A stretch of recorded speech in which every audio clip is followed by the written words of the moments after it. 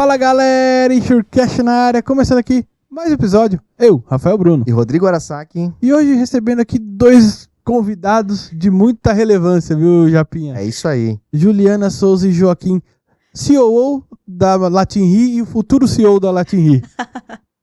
Obrigada, gente, por me receber. Nos receberam aqui, estou grávida de 9 meses, representando a Latin-Ri, que acho que é importante falar, né? A Latin-Ri, a gente tem, acho que 75% da Latin-Ri são mulheres. Então, estou muito feliz de representar isso e grávida aqui de 9 meses. Então, obrigada pela oportunidade. Oi, parabéns aí, Ju, muita saúde à família. Obrigada.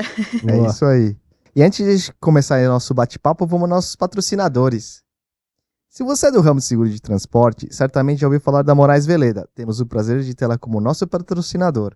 Hoje, a MV é líder de mercado no gerenciamento de risco e prevenção de perdas, sempre utilizando as melhores tecnologias sem deixar de lado a humanização no atendimento e execução de suas atividades. A Moraes Veleda possui uma software house pronta para desenvolver aplicativos personalizados para você ganhar tempo, reduzir custos e potencializar resultados. A Moraes Veleda vai muito além das soluções habituais, utilizando sua experiência de 23 anos para estar à frente das suas necessidades. Lá eles consideram que missão dada é missão cumprida. Valeu! Boa! A LogRisk é a empresa internacional do grupo NS Tech e a primeira empresa brasileira de gerenciamento de riscos, gestão logística e prevenção de acidentes a operar no México.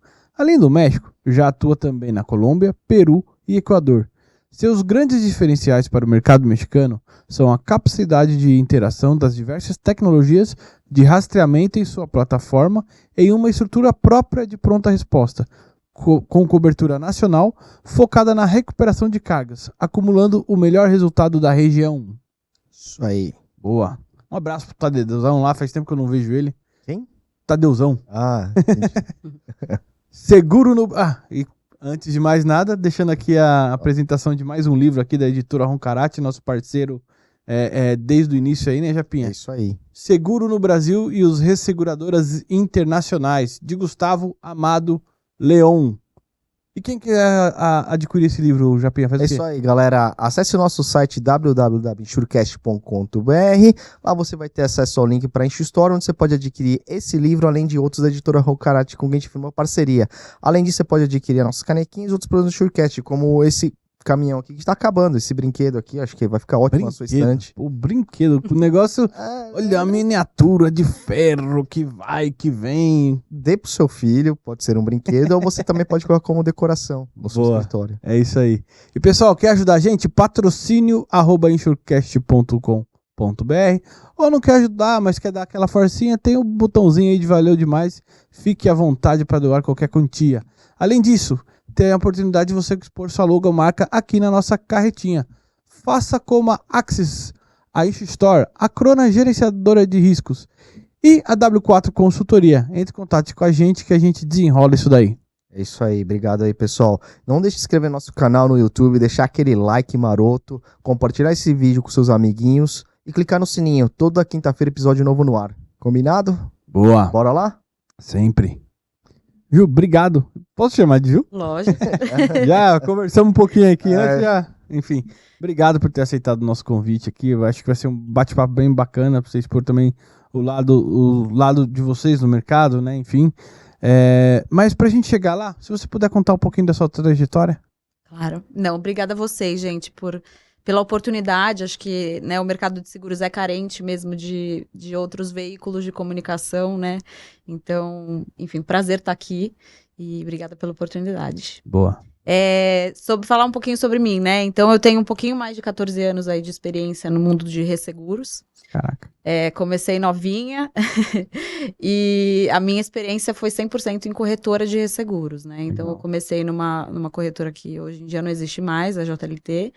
E aí fiquei por 10 anos lá e vim para a Latin-Ri. Na verdade, eu abri a operação da Latin-Ri junto com o Felipe, né? Felipe Aragão, que é o meu sócio e fundador da empresa. Hoje, né, eu comecei minha carreira na parte de aeronáuticos, é a minha escola aí, onde eu atuei por 10 anos. E hoje em dia eu fiz uma mudança aí de carreira, mas quando a gente começou na Latin-Ri, eu estava à frente aí como diretora executiva da empresa. Trabalhei em toda a parte de facultativos, então tive a oportunidade de olhar para todos os ramos aí ao longo de 4 anos. E nesse ano eu assumi como COO, então eu estou olhando para a parte de processos, vendo de que forma que a gente consegue tornar o dia a dia operacional mais organizado, objetivo. Acho que a tecnologia veio para apoiar a gente, então assumi esse desafio.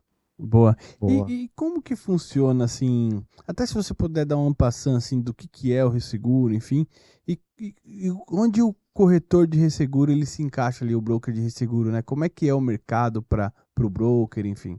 Então, assim, o mercado de resseguro, ele existe muito para mitigar o risco da seguradora, né? O que a gente fala é um exemplo muito simples, mas que se, pensando, né, na minha escola, que é o aeronáuticos, né? Pensando, então, se uma aeronave batesse com a outra, provavelmente quebraria a carteira de uma seguradora, né? Porque tem valores expressivos aí, em torno de 30 a 50 milhões de dólares cada aeronave, então teria um valor expressivo aí.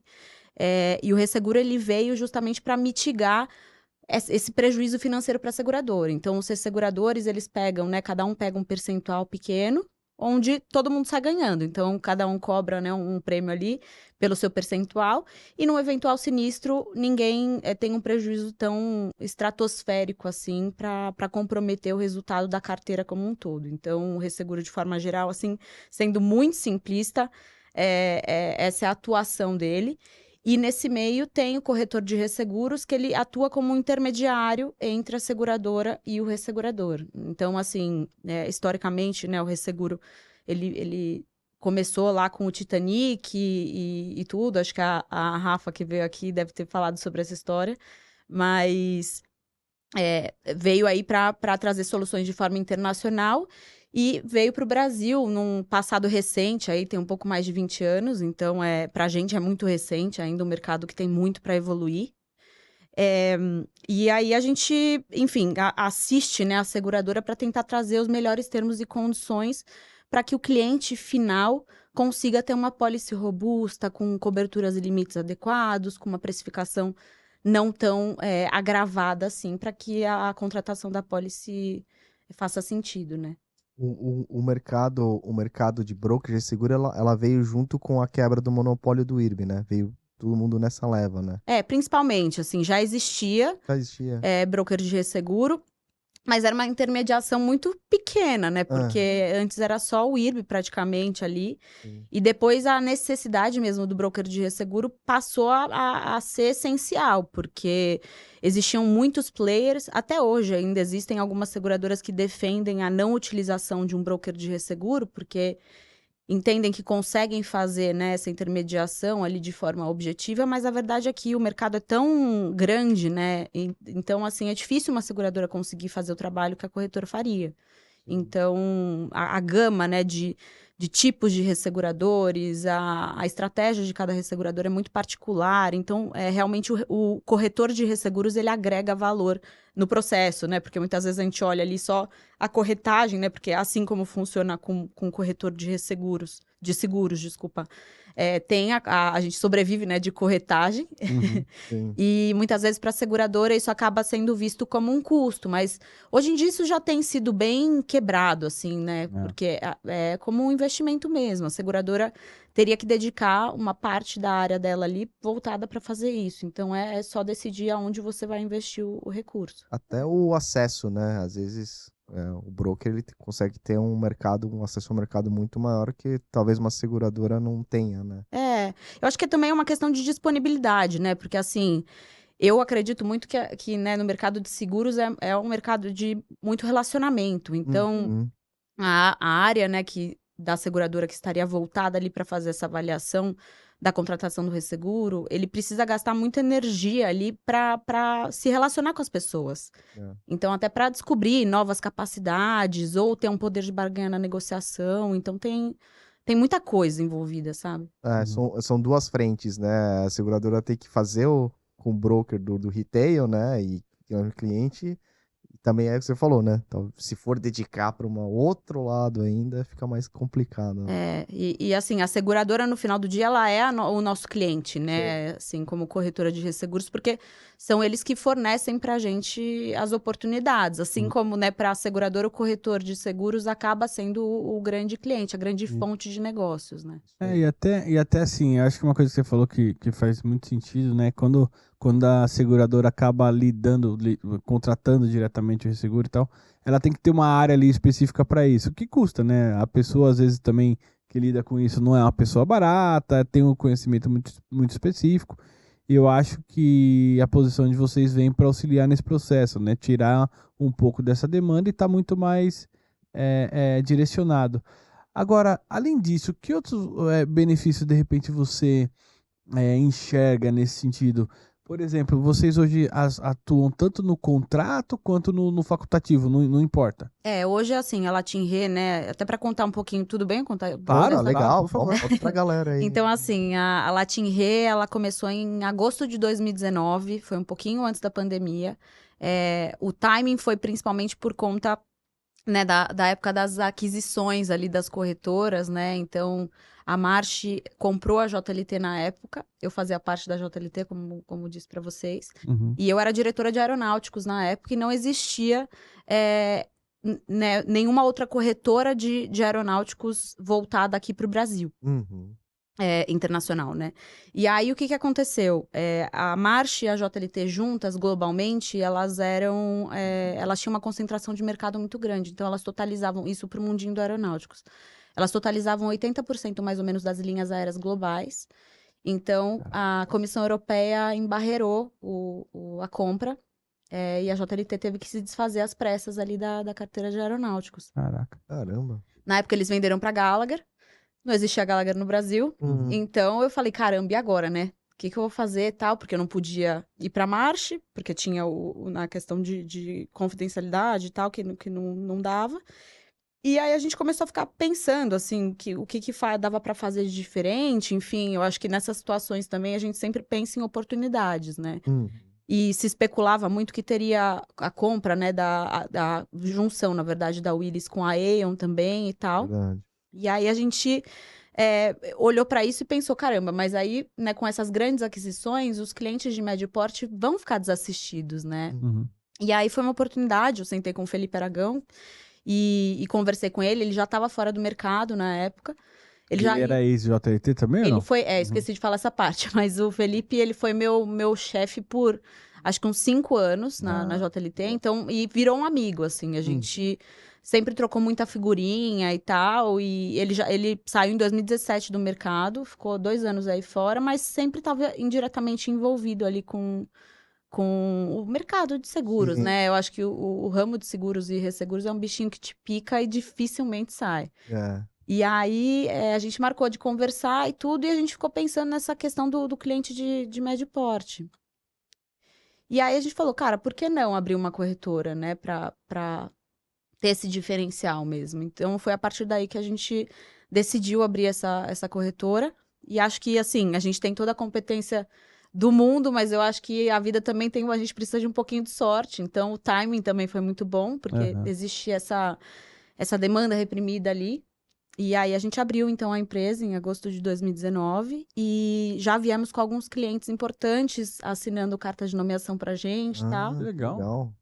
E aí a gente começou a operação assim, a gente começou em 4 pessoas, hoje a gente tá em torno de 55 pessoas, estamos completando aí, né, a gente já completou em agosto 5 anos de empresa, então a gente cresceu bastante. E aí, respondendo sua pergunta, né, a gente hoje está dividido, né, entre principalmente dois tipos de resseguro, né, que é o risco facultativo. A gente está dividido em 3 specialties, que é a specialty de infra, de FINPRO e de aeronáuticos e marine.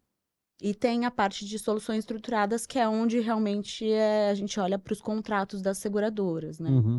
Então, a gente está dividido dessa forma. Boa. E o cliente final, ele te acessa também para ajudar você a procurar, não sei se compor, de repente, algum risco que seja maior, ou até mesmo tem muitas cativas hoje em dia também, né? Então, assim, o cliente final, ele nos aborda, assim, em várias situações, principalmente no que a gente chama de, assim, riscos mais complexos. Então, por exemplo, aeronáuticos tem uma característica de que a participação do cliente é muito importante porque tem conversa com o lessor e uma parte muito técnica que se colocasse, né, a seguradora ou o próprio corretor de seguros envolvido, seria um processo a mais, então teria uma burocracia ali. Então, muitas vezes a gente encurta esse caminho e a linha aérea acessa a gente para a conversa ficar um pouco mais fluida mesmo, sabe? Sim, sim. Mas também, assim, riscos de energia, também isso acontece bastante, porque tem um volume de informação muito grande, a gente precisa discutir muito tecnicamente tudo, então existe esse contato com o cliente final.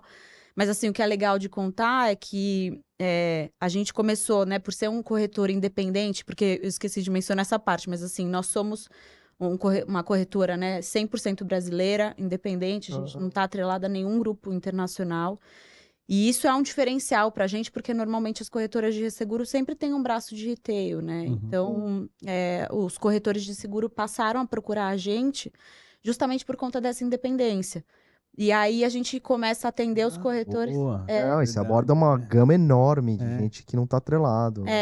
E assim, os corretores, por exemplo, um corretor muito especializado em garantia, eventualmente ele tem uma demanda para o property do mesmo cliente. E ele não quer perder o cliente. Então, ele nos acessa para falar, cara, e aí, né, o que eu faço?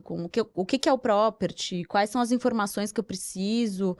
Quem são as seguradoras que fazem isso e tal? Eventualmente não envolve nem o resseguro, mas a gente começou a prestar essa consultoria de forma muito orgânica, assim, e não planejada mesmo, sabe? E aí a gente estruturou a área de wholesale, que eu acho que é o nosso grande diferencial, onde a gente consegue atender o cliente de ponta a ponta. Então, se tiver uma demanda para o resseguro, a gente vai conseguir atender. Se tiver uma demanda só para o retail, a gente também vai conseguir atender.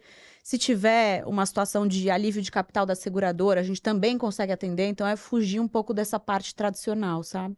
Legal. E o legal é que fica tudo aqui, né? É.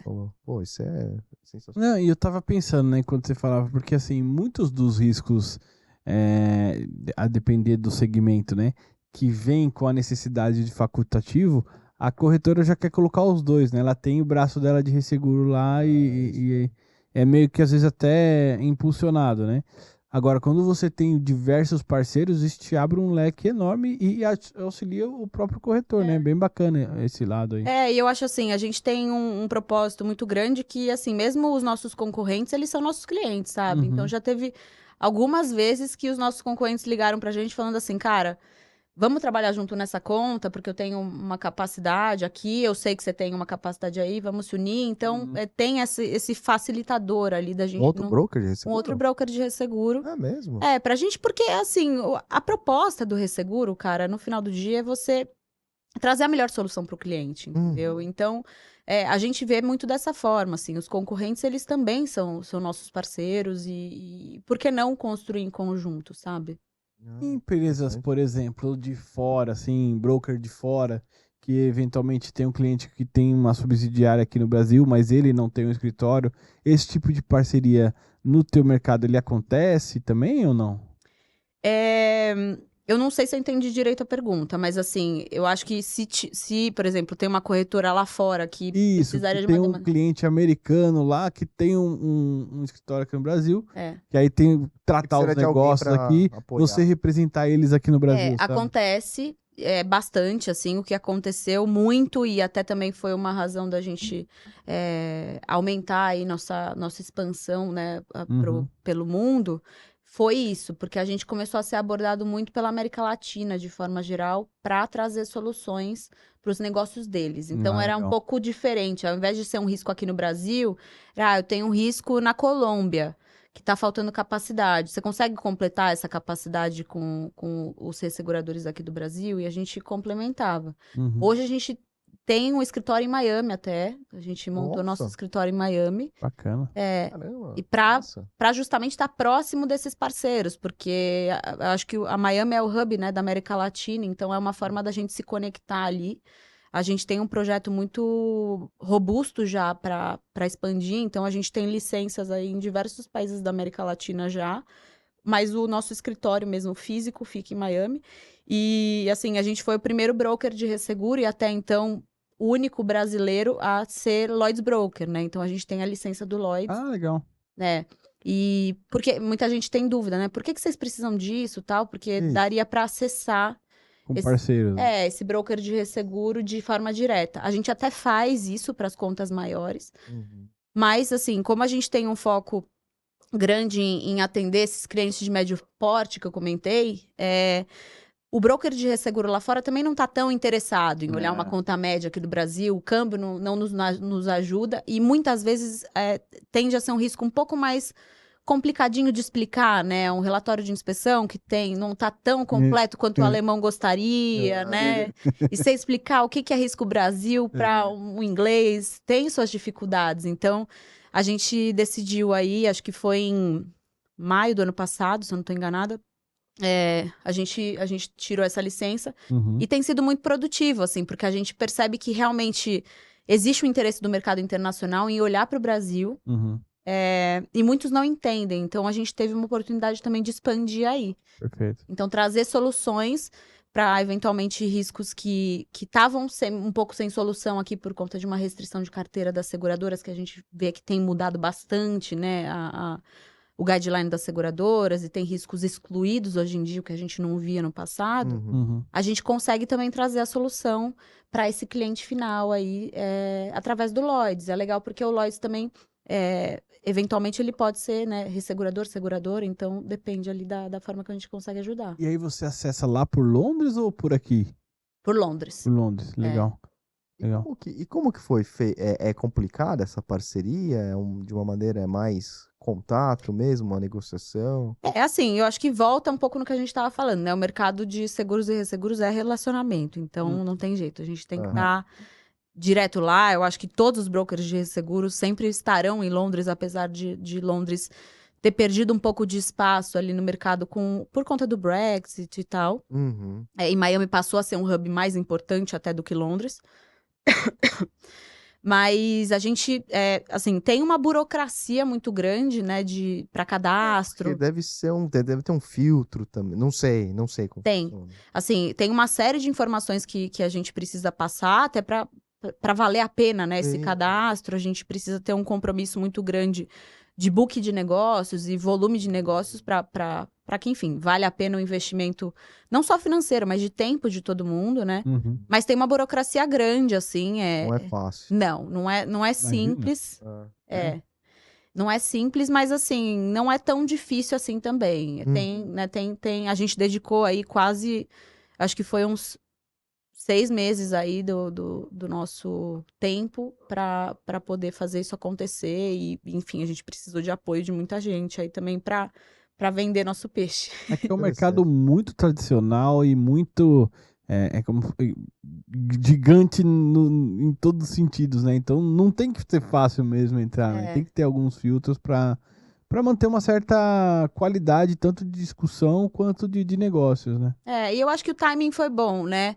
Porque também, assim, como o Londres perdeu muito espaço no mercado de resseguro, Miami passou a ganhar mais espaço, eles também estão precisando, sabe? Então, foi legal. A gente fez um evento agora, em maio desse ano, lá em Londres, para o mercado ressegurador, né, do Lloyds e tudo, para a gente poder mostrar também quais são as nossas intenções como um broker brasileiro, o primeiro e único Lloyds Broker e tal. Então, a gente fez um coquetel com eles para explicar um pouco. E, assim, foi super produtiva a discussão, porque vieram muitas perguntas.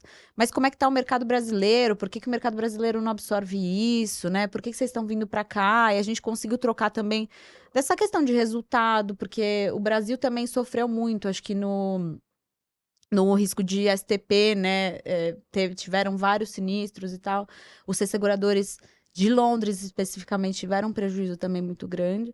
E ficou um preconceito, né, com os riscos do Brasil. Então, para a gente quebrar também essa imagem, mostrar que tem muita coisa, muito negócio bom, tem muita oportunidade também para a gente crescer juntos, né? Então, foi bem produtivo. Até essa época que Londres estava pegando muitos facultativos aqui do Brasil, eu acho que até que eu comentei com o Henrique, cara, não lembro, mas acho que eu comentei com o Henrique quando ele teve aqui, que eu tinha contato com uma pessoa de lá, né? E eu virei pra ele, tudo que vai pra lá é só as contas que a gente não quer aqui. O que tá acontecendo? Vocês estão aceitando Pegando tudo. Né? E aí, tipo, estão levando um monte de operação aí que, em vez da gente conseguir consertar ela aqui pra ela ficar um negócio bom, vocês estão pegando lá do jeito que tá e o negócio continua ruim e vocês estão mandando sinistralidade. Aí o cara virou pra mim e falou assim, Rafael, o que é um negócio ruim pra você? Ah, sei lá, vou só ter um exemplo. Ah, deu 1 milhão de prejuízo. Ele, 1 milhão de prejuízo em Libra é tanto. Eu, com esse corretor, eu produzo não sei quanto. Então, pra mim... Não é nada, né? Sabe assim, passava que... Mas tinha gerado uma crise essa época. Né? Mas aí eu acho que ficou depois, demais, né? Aí eu acho que ficou demais. É que o STP tiveram vários problemas, assim. Eu não sou super especialista do assunto, mas eu acompanhei ali de longe um pouco. E o que se sabe é que, na verdade, que era um risco para ser colocado ali na parte do transporte, foi transferido para a parte do property, né? E os seguradores não tinham tanto conhecimento assim da carteira, enfim, foi um sucesso por muitos anos, mas à medida, né, que teve o sinistro da drogaria Pacheco, acabou tendo um Incêndio, impacto. né? Eu lembro. Teve um impacto significativo e aí todo mundo começou a olhar para isso. Assim, hoje até hoje é um palavrão em Londres falar de STP para o Brasil e tal. Mas a gente tem conseguido, acho que, furar algumas bolhas ali também para explicar que, cara, não é bem assim, né? Dá pra gente mostrar também que tudo tem solução. Eu acredito muito nisso. Eu não acho que existe um risco excluído, um risco que é inaceitável de forma alguma. Acho que ajustando os termos e condições, dá pra gente chegar no meio termo bom, né, pra isso. Boa. E na parte, assim, comparando, assim, se você conseguisse comparar uma corretora de retail com o broker de resseguro, essa parte mais burocrática, de papel que vai, papel que vem, e aonde que dá mais trabalho?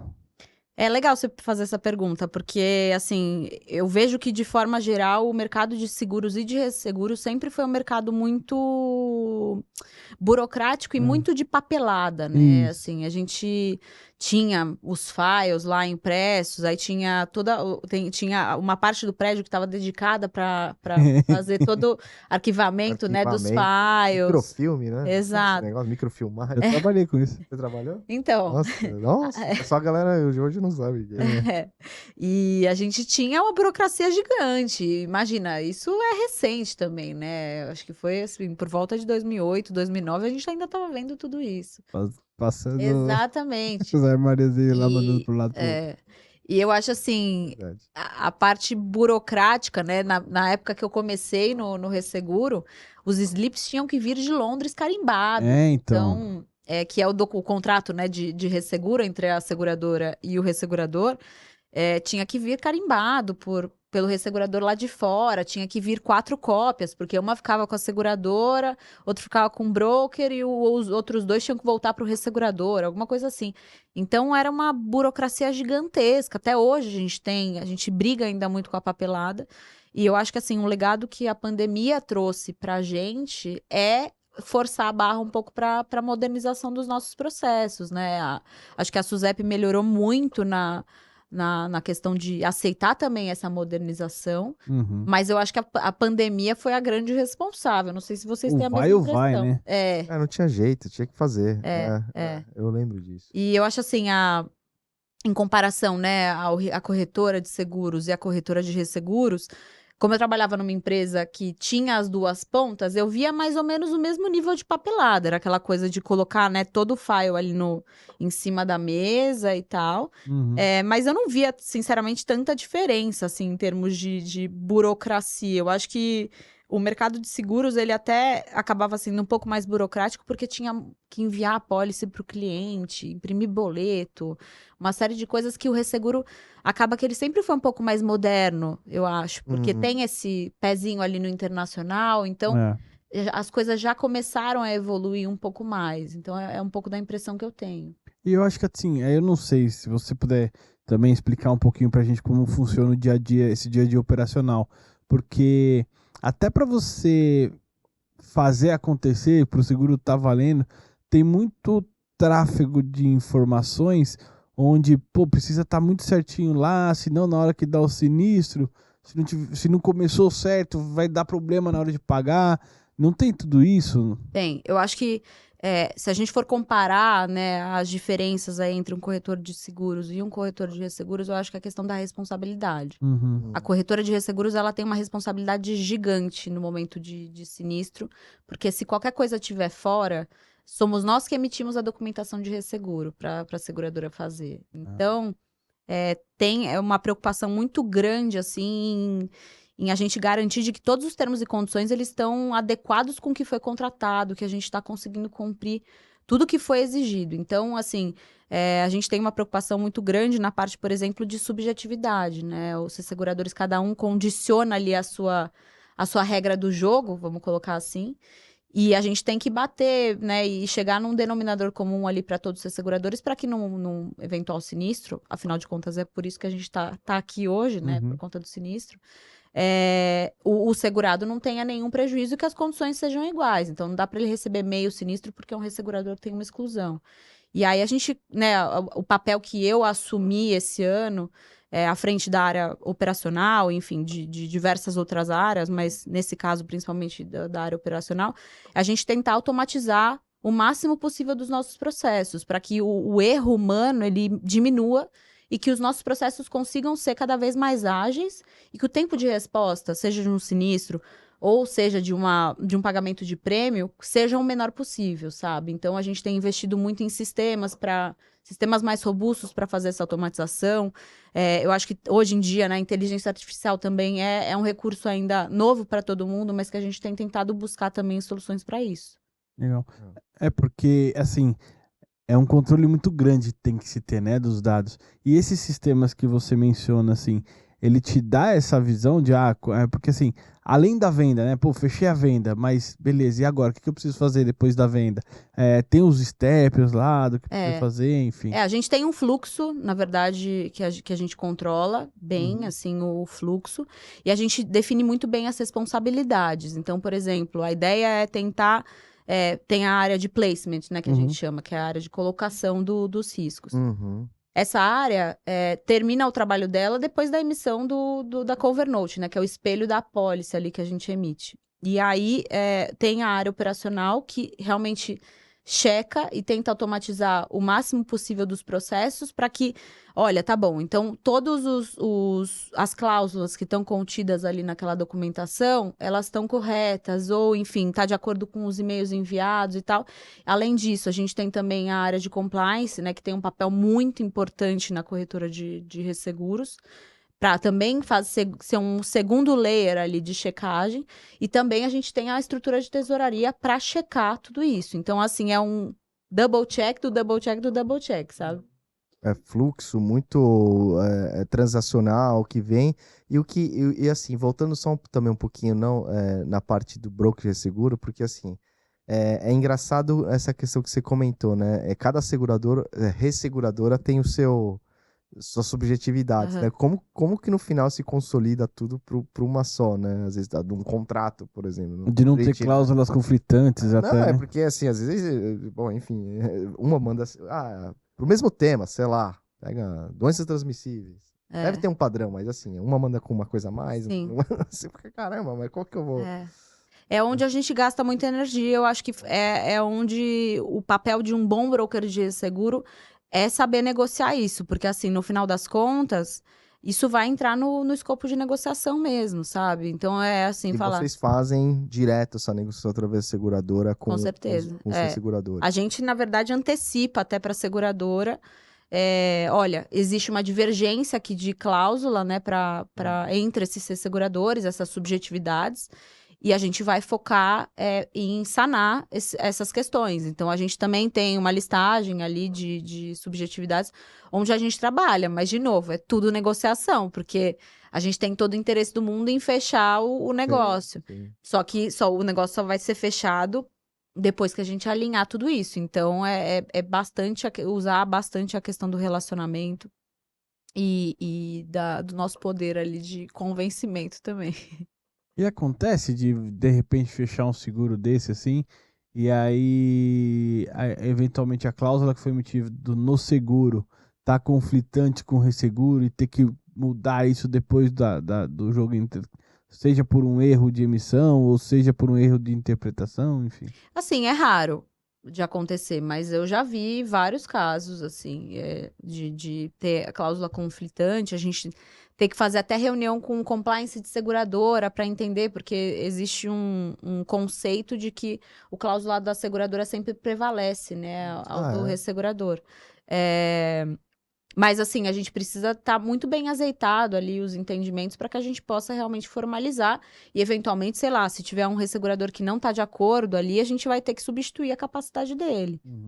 Até para evitar, né, essa questão um eventual sinistro vai ter um prejuízo para o segurado, ou ainda pior, que, graças a Deus, é um cenário que eu nunca vi, de acionar a policy de E&O da corretora para suprir ali aquele erro, né? Nossa, é verdade. Tem que ter também, né? Tem.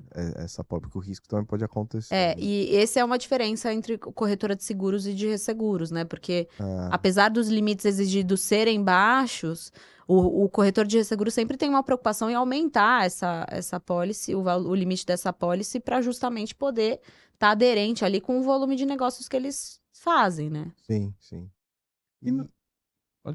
E no sinistro, vocês, essa parte vai com você também? Você que operacionaliza de alguma forma? Eu tô à frente, né, junto com a Aline, que é a diretora de sinistros, mas é da minha responsabilidade também. E a gente também, assim, tem criado bastante coisa em termos de processos ali para tentar automatizar o máximo possível, porque a gente tem sinistro todo dia, praticamente, assim, o mercado, né, aí voltando de novo para a parte do aeronáuticos. Mercado de linha aérea tem, cara, sinistrinho todo dia. Então, se a gente fizer... porque tem, assim... É um pássaro que teve ingestão na turbina ali. Isso é corriqueiro pra caramba. Teve um esses dias aí, né? Tem todo dia, todo dia. Não vou viajar mais de avião. Não, mas isso não corre nenhum risco, não. Mas, assim, é um evento, então a gente precisa registrar, precisa comunicar para o ressegurador. Então, também a gente tem investido bastante na parte de sistema, e eu acho que o Power BI, né, é uma ferramenta muito rica para trazer inteligência pro que a gente já vê no sistema. Então, a gente consegue simular ali os painéis, de forma... Até para mostrar para os clientes, para as seguradoras, o status de sinistro está dessa forma, quantos sinistros a gente teve no mês, a gente conseguir acompanhar mesmo, o que é um cliente sinistrado pra caramba ou não. Então, tentar deixar esses relatórios bem maduros para as seguradoras também terem um conforto de que a gente está fazendo o nosso trabalho, sabe? E hoje vocês têm um sistema próprio para controlar os sinistros lá. Na verdade, assim, os sistemas que a gente tem não são próprios, né? São contratados. São sistemas internacionais que a gente tem. Então, legal. O Power BI é um deles, que a gente tem um sistema voltado para corretora de resseguros mesmo, para poder atender toda essa demanda, seja do sinistro, né? Ou da parte de colocação dos negócios mesmo. E você consegue controlar detalhes do sinistro, assim, tipo, que nem você falou, ingestão de pássaro, tipo de sinistro, onde está acontecendo, tipo a gente consegue ver. Então, assim, para fugir um pouquinho do aeronáuticos, né? A gente consegue ver a policy de property do cliente tal, tem tantos sinistros de alagamento, tem tantos sinistros de danos elétricos. Então, a gente consegue ter esse mapeamento para mostrar para os nossos clientes e até para os resseguradores também, porque muitas vezes acaba tendo um entendimento um pouco diferente. Não, mas esse cliente aqui tem muito dano material, então vou aumentar a franquia.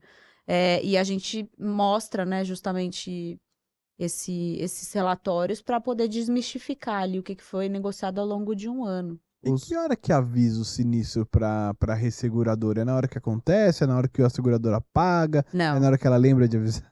Não, a gente comunica imediatamente. Isso é até uma coisa, assim, que eu acho que é um grande diferencial nosso, é o tempo de resposta. Então, a gente está sempre muito comprometido em até 12 horas fazer as devidas comunicações. A parte de pagamento também de prêmio, a gente não demora mais de um dia para fazer. Sempre a gente repassa, a gente é reconhecido, muito reconhecido por isso. Assim, acho que tanto na parte de tesouraria quanto na parte de sinistros, pela nossa agilidade nos processos. Então, o momento da gente fazer a comunicação do sinistro é o momento que realmente chega para nós. Então, a gente já repassa para o ressegurador e aí a gente fala, ó, tem uma expectativa de sinistro, foi um evento, a gente ainda não tem o valor apurado, que acontece na maioria dos casos. E aí, à medida que a gente tem as atualizações, a gente informa também e abastece esse sistema. Então, se vem o relatório, né, a gente já anexa ali naquele sistema E às vezes, na maioria das vezes em real time, sei lá, abriu lá, há uma obrigatoriedade, quando o broker está envolvido, de avisar o broker também. Avisar o ressegurador? Exato. Assim, a gente tem que avisar. Tem algumas cláusulas, né, que estipulam que a gente tem que avisar em 7 dias e tal. Sim. Mas a gente sempre tenta superar ali o mínimo da cláusula, porque o ideal é que a gente deixe a comunicação de forma mais fluida possível. Então, o quanto antes, melhor. Assim, são raríssimas exceções em que a gente demora mais de 12 horas para fazer a comunicação desse sinistro. Qual que é a lobby, a área que dá mais problema aí? De sinistro? É complicado falar, né? Eu acho que, assim, o property, por uma questão, né, de volume ali, tem uma parte muito grande, mas se a gente for falar de perfil de risco, acho que o ramo de energia, né, de geração de energia tem um volume robusto, né, em termos de sinistralidade. E o aeronáutico... É tudo muito caro, né, no energia. Não, mas volume ou complexidade? Volume e complexidade. O volume é o que eu digo assim. Transporte, eu acho que é o que bateria recorde. O transporte não tem muito resseguro, né? Fica tomando conta. A gente tem um pouquinho de transporte na nossa carteira, mas realmente não é a maior parte do Nem do nosso acaba portfólio. chegando. Assim, chega pouco, mas assim, a parte de geração de energia, que eu digo de volume, são os valores envolvidos, né? Nunca é uma conta de abaixo de 2 milhões, por exemplo. É uma pá que sai voando, sei lá, uma tempestade num... Assim, ou é uma transmissora que deu algum problema, um transformador, então sempre tem algum valor mais robusto, assim, sabe? E o aeronáuticos, acho que tem essa questão da frequência, né? Mas a severidade é muito menor, então também tem esse volume mesmo, né? Sim. A gente falou muito de automação de vocês, né?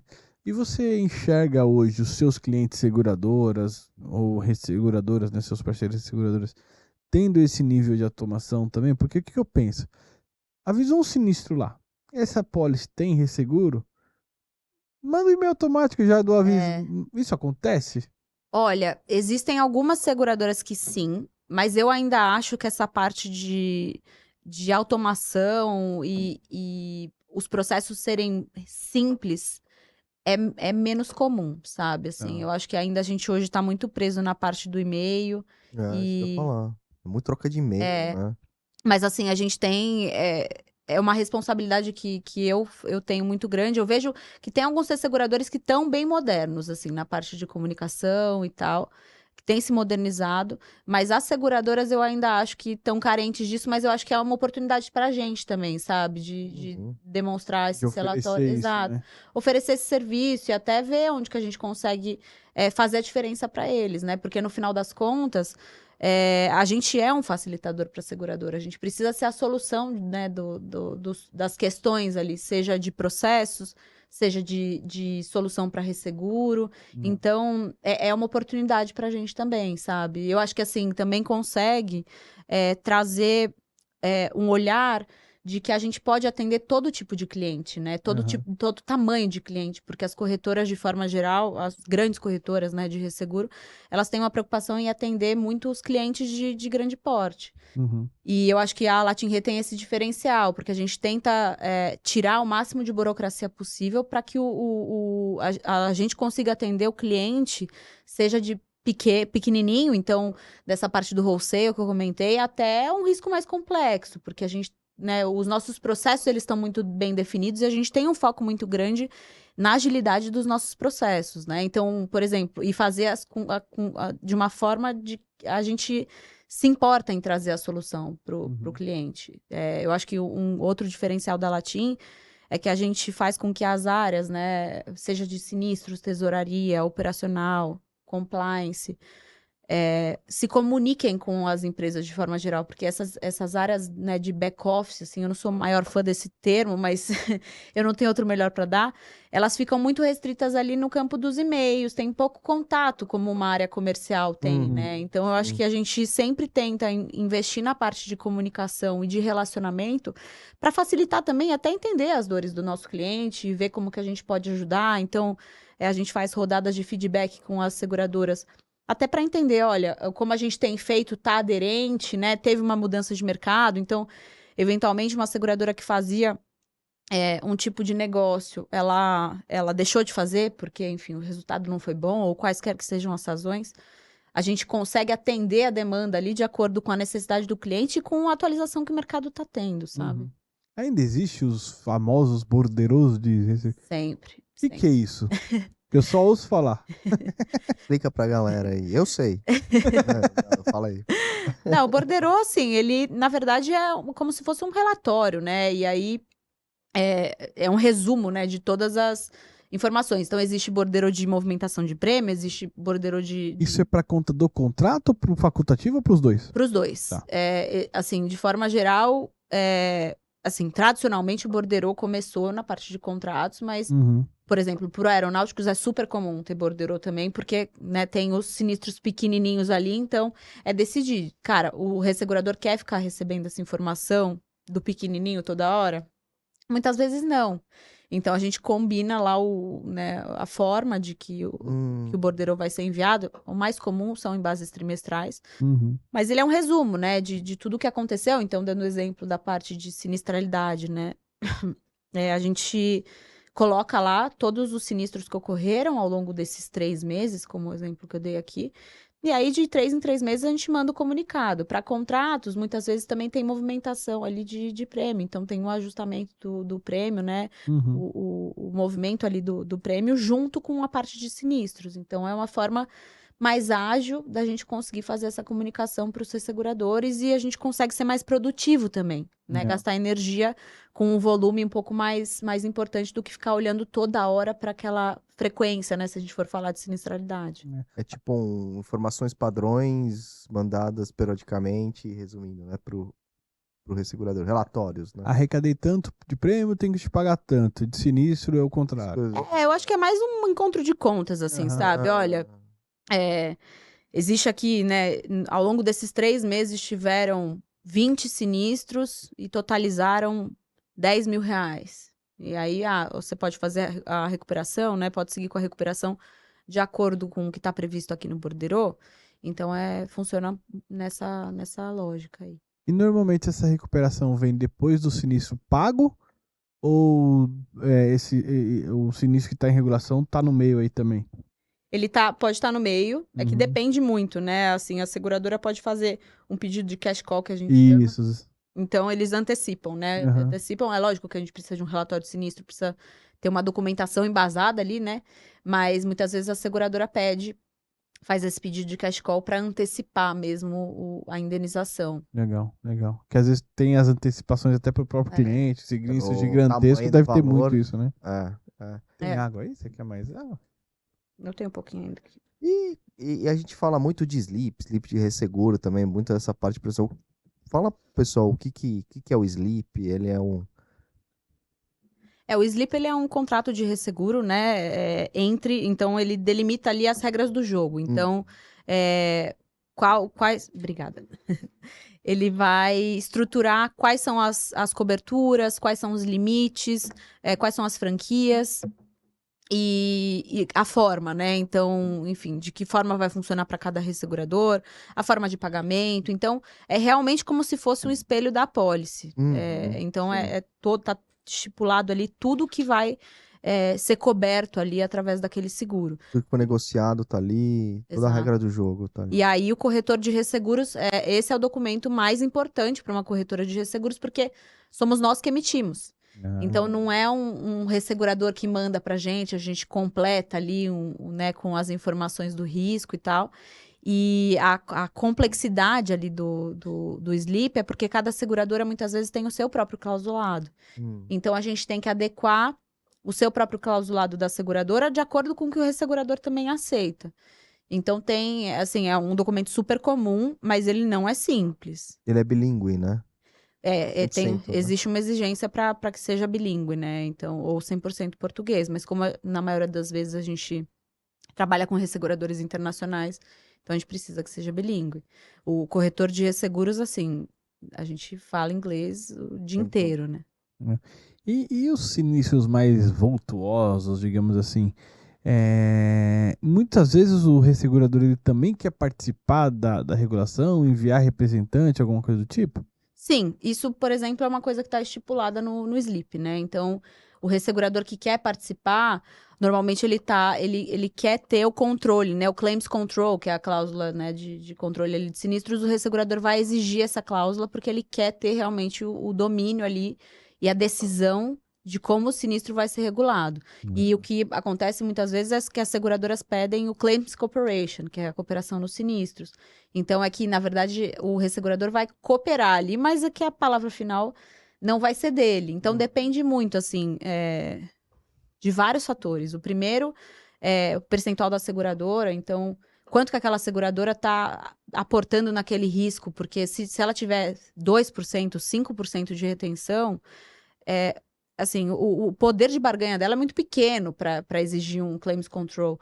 Ou se a gente tiver um ressegurador que tem um percentual muito significativo, ou, enfim, tem um perfil de liderança que a gente chama, ele vai querer olhar para aquilo. Então, assim, podem existir claims control que cada um vai ser responsável ali pela sua própria regulação, porque o resseguro ele funciona numa dinâmica curiosa, assim, porque tem uma colocação, né, de resseguro que ela é verticalizada, então tem o líder de resseguro e tem os followers, né, que a gente chama, que são os seguidores ali daquelas condições pré-determinadas, mas também tem situações que o ressegurador, ele é líder do próprio percentual dele, da própria ordem dele. Então, a gente vai adequando ali de acordo com a complexidade de cada risco, a disponibilidade de capacidade também de cada ressegurador. O broker de resseguro também pode participar ou participa em casos de eventos, uma regulação de sinistro? Assim, a gente participa. Assim, a gente mais acompanha. Sim. E, enfim, dá a nossa diretriz ali um pouco, né? Mas, assim, é mais como um acompanhamento mesmo do que um posicionamento, E sabe? dá polêmica? Muita. A seguradora quer pagar, o ressegurador não quer, ou vice-versa? Muita, assim. Eu mesma já me envolvi, assim, em várias discussões de sinistros, onde eu percebia que o ressegurador, né, daria o respaldo, mas a seguradora não queria indenizar. Então, e como assim, apesar de ser um broker de resseguro e a seguradora ser o nosso cliente final, a gente quer, né, que, né, o sinistro ele seja pago, que a apólice seja de fato utilizada. Então, tem uma briga que a gente compra. Às vezes, eu já participei de algumas. Para que a capacidade de resseguro seja devidamente utilizada. Mas, enfim, tem muitas negociações por trás, então é complexo, assim. E num sinistro grande, assim, que envolve terceiros, etc. Você tem ali diversos riscos envolvidos. Pode ter o RC, o bem envolvido e etc. Tem uma ordem que segue? Primeiro segue com os terceiros aqui, paga tudo, depois vamos ver o teu, depois vamos sei lá. Existe isso ou não? Vai indo meio. Você diz, só para ver se eu entendi sua pergunta. Vamos pegar o metrô que afundou lá. Aí afundou as casas, as pessoas caíram. Né? Só um exemplo hipotético. Vamos dar preferência agora a resolver o sinistro das pessoas primeiro, depois vamos pro bem físico aqui, que é o próprio metrô, não sei. É que normalmente a parte de responsabilidade civil ela é um pouco mais complexa porque ela precisa envolver advogados, né? Então, envolvem vidas também. Ele não é tão automático assim como um dano material. Né? Então, a gente, assim, quanto custa a vida dessas pessoas que morreram? E qual que é a melhor forma de seguir com a indenização? O RC tem muito a questão, assim, é que a gente tá falando de morte, especificamente, né? Mas se tem, sei lá, se uma pessoa quebrou o dente, né? buscar assim, tá bom, mas ele vai fazer o reparo, quanto vai custar o reparo? Então, o RC ele acaba demorando muito mais, porque envolvem várias instâncias, né? Eventualmente até acordos entre as empresas e tal, mas não respondendo sua pergunta assim de forma objetiva. Não existe uma ordem. Uhum. A ideia é que o sinistro ele seja tratado como um todo. Ele vai andando em paralelo ali, e óbvio, o que acontecer primeiro vai acontecendo, né? Assim, o que precisa, a importância que a gente tem é a documentação, né? Então, assim, os relatórios de sinistro estarem muito bem respaldados ali para que a gente possa correr com as indenizações e tal. E tem também uma preocupação, assim, até de atender, né, os clientes. Então, assim, se teve morte, a gente providencia de forma imediata uma assistência para essas famílias e tal, uma coisa que dá para a gente fazer de forma automática, para não deixar a pessoa ali que perdeu os familiares, né, esperando. Então, a gente tem essa preocupação muito grande e é legal ver, porque os seguradores, eles se solidarizam muito nesse sentido, sabe? Então, tem as despesas ali de emergência, né, que acabam cobrindo isso. Boa. Até às vezes, sei lá, num caso como das barragens lá, você teve pessoas que ficou sem moradia, não morreu necessariamente, mas ficou sem moradia, então tem que dar um jeito naquilo ali, ainda que momentâneo, né? É isso, você paga hotel para todo mundo, né? Você sabe quem são as pessoas, como que é feito o controle, mas existe, né? As seguradoras, de forma geral, tem sempre uma sala de crise, né? Para saber lidar com isso. Os seguradores também abrem as suas salas de crise, os brokers também, então, para a gente poder fazer de uma forma colegiada ali e ter as respostas bem rápido. Tem tipo um comitê, então, que as pessoas estão, vamos todo dia se falar a tal hora, sei lá, alguma coisa assim. Normalmente, assim, dependendo da situação, a sala de crise, ela não para. Então, é 24 horas ali, todos os dias, é lógico, as pessoas se revezam, mas a sala de crise está ativa, né? Até o período que se determinar. Entendi. Fica todo mundo envolvido, né, no processo. E, Ju, deixa eu perguntar, como que tá hoje o mercado de resseguro, assim, na visão do broker? Porque, assim, a gente sempre ouve falar, né, as taxas estavam altas um tempo atrás, tá todo mundo subindo, a gente já começa a enxergar um pouco, mudando o cenário, começou a baixar. Como que você enxerga, na sua opinião, assim? É que, assim, é difícil a gente falar de forma única, né? Porque, assim, cada carteira é muito individual. Então, por exemplo, se a gente for falar da parte de linhas financeiras, né? Hoje, a parte de D&O, especificamente, tem bastante capacidade. Os prêmios, eles estão mais competitivos, então a gente consegue trabalhar melhor. No ramo de aeronáuticos, por exemplo, já está um pouco mais difícil. Tem uma restrição de capacidade muito grande por conta dos eventos envolvidos aí nos últimos anos. Os prêmios estão aumentando. A visão para a linha aérea, especificamente, que foi sempre muito tranquila, né, com o conflito lá da Rússia e da Ucrânia, acabou também trazendo prejuízos e tal. Então, tem muita coisa, cada contexto de cada apólice é muito particular. Cada apólice não, cada ramo é muito particular. Mas, assim, se for para falar de forma geral, acho que, assim, tem sido mais difícil do que os anos, se a gente falar aí de 10 anos atrás. Mas, assim, cada vez mais, né, volta a necessidade do broker de resseguro para trazer soluções criativas. Eu acho que, apesar disso, mais do que nunca, a gente tem soluções diferentes. Então, tem o mercado chinês aí, né, dando capacidade pra caramba. Os mercados que a gente chama de alternativos, a Índia tem muita solução. Então, tem formas, né, da gente trazer essa solução para os ramos que não estão tão fáceis assim. E o broker, quando vai buscar capacidade que não acha no mercado aqui interno, ou mesmo nos tradicionais, nesses alternativos, ela também faz o papel de screening, por exemplo, de onde que eu vou conseguir buscar capacidade, né? Em qual resseguradora, em tal país?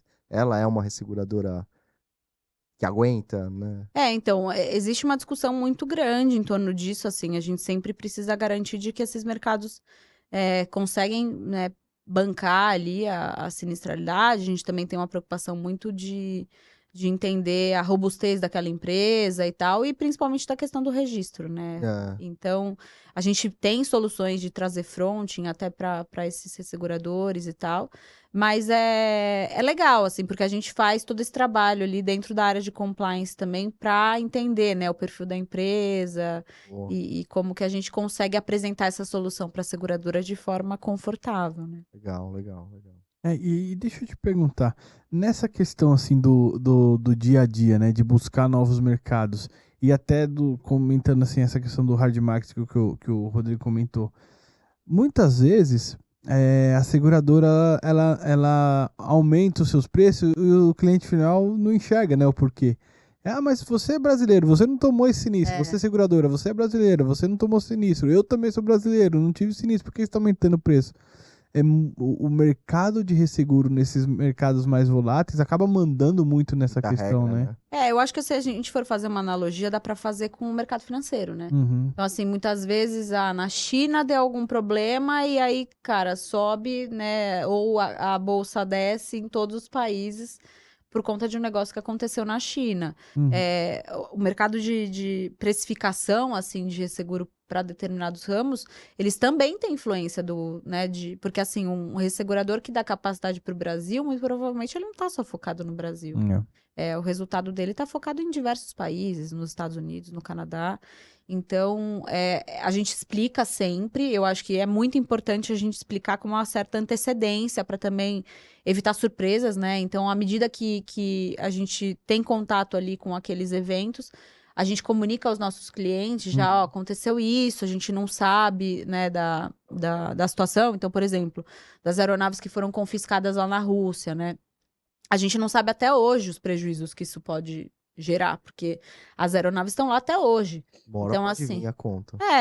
e assim, como que a gente consegue quantificar o prejuízo? Hoje a gente não consegue, mas assim, existe um alerta ali para que, olha, isso pode trazer um prejuízo, ou enfim, vai existir uma restrição de cláusula na parte de confisco de aeronaves e tal. Então, Uhum. eu acho que tudo é a forma que você prepara. Mas sim, existe esse desafio do cliente não estar muito preocupado com o meio que ele não está inserido, na verdade. Ele só está olhando para a situação individual dele.